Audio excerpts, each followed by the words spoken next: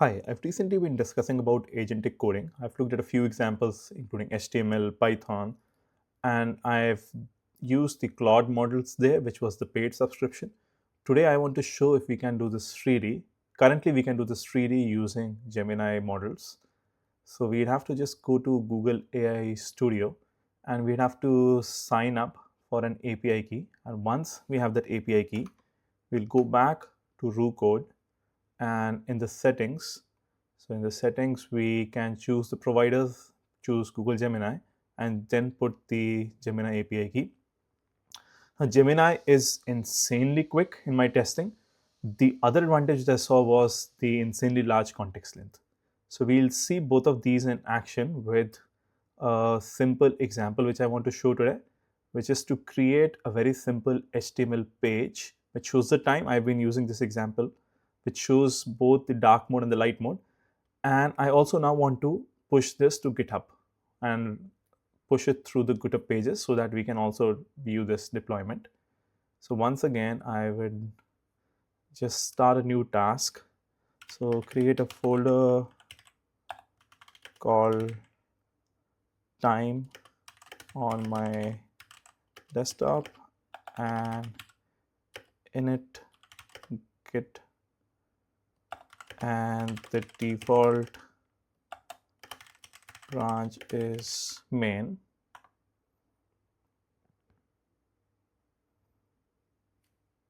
Okay, so it wants to, we are on the desktop folder. It wants to execute this command. And now we will probably change into this directory and then initialize with the default branch as main.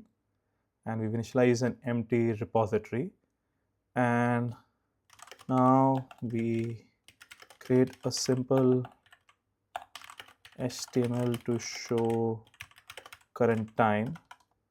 One, make it minimal. Two, we want to keep the big font. Third, responsive. Fourth, dark and light mode. And fifth, we want to use the following emojis.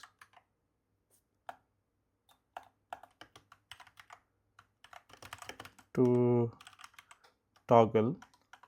So let's just create these. And you can see the speed at which this file was generated. Let's save this file.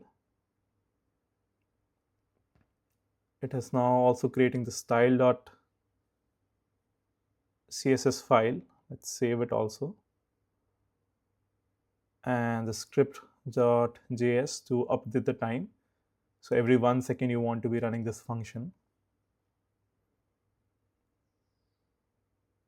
Now it says it's completed this task. We can go to index.html and preview this HTML. Okay, so I don't really see anything here. I don't see anything in the HTML besides the icon.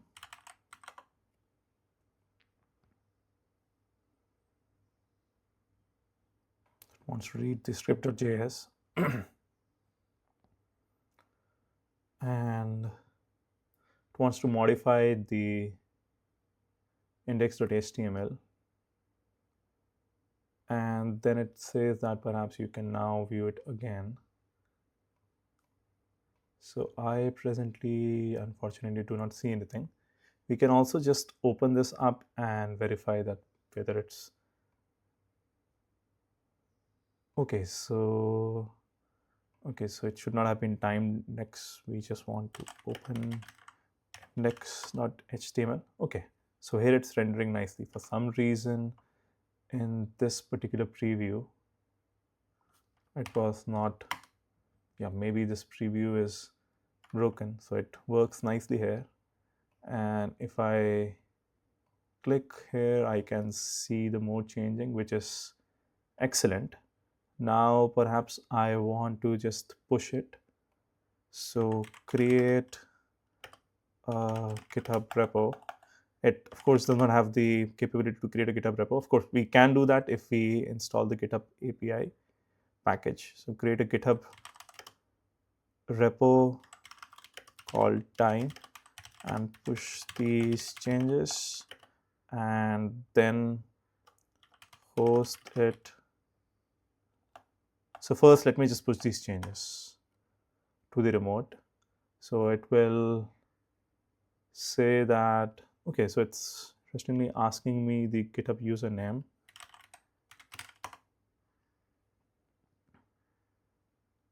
So it says that you push it to this specific remote. I have not yet created it, so it missed this particular trick. I will go here, go to repositories, and then create a new repository. Call it time, which is available. Create this repo. Now I can push my 3 files here to the remote, and it is suggesting adding this particular remote. So I'd say that add the HTTPS version of the remote instead of the other one. Will then suggest git remote add origin. It also wants to cd into that folder, which we are currently there. For some reason, it's again suggesting this, adding all the files and then adding the initial commit. So we can potentially just copy this. We could have executed it, but we are already in that folder. So we've added these 3, which is our initial commit. We have added the remote, and then we can just push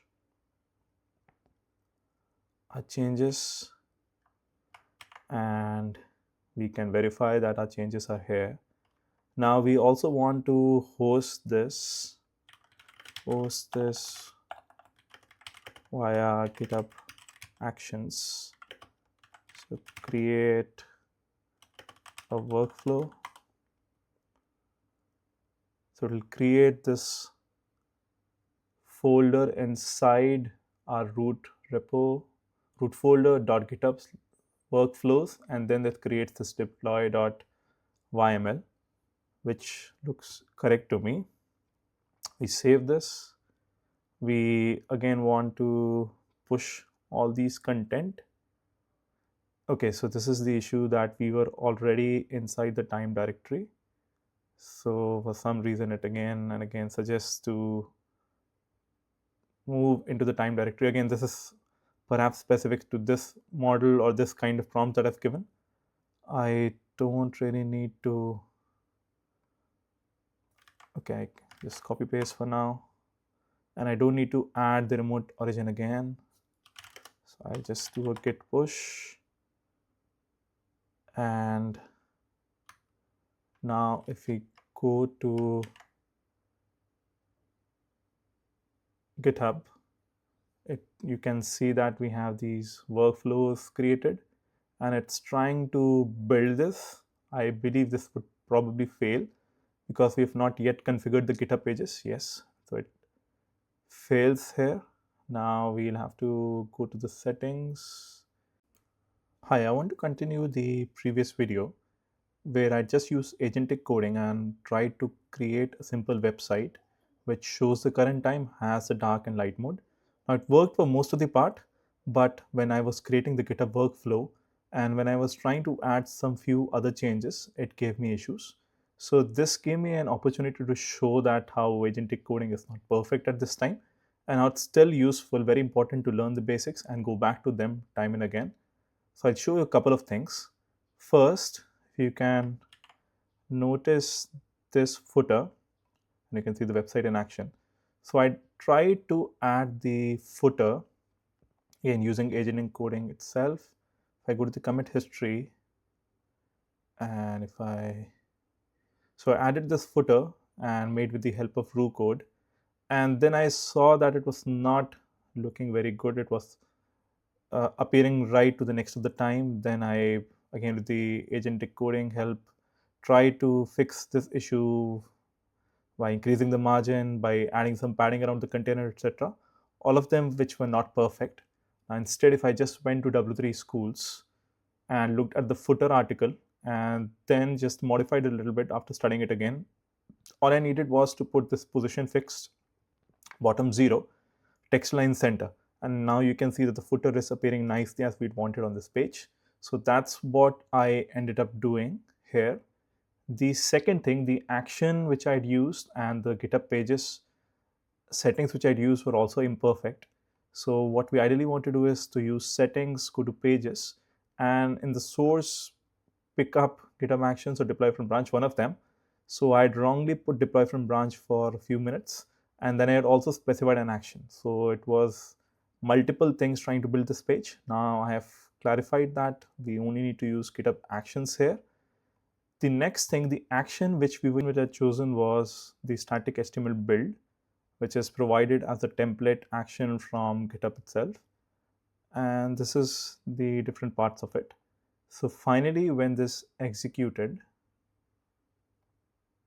the page was built, and this is showing the build page where the footer seems to be nicely working. The dark and light mode is nicely working, and the time is also getting updated. So this video is a mix of showing when to rely on agents, when not to rely, how to go back to the basics, as well as to use agents. At this current time, we can use freely the Gemini model.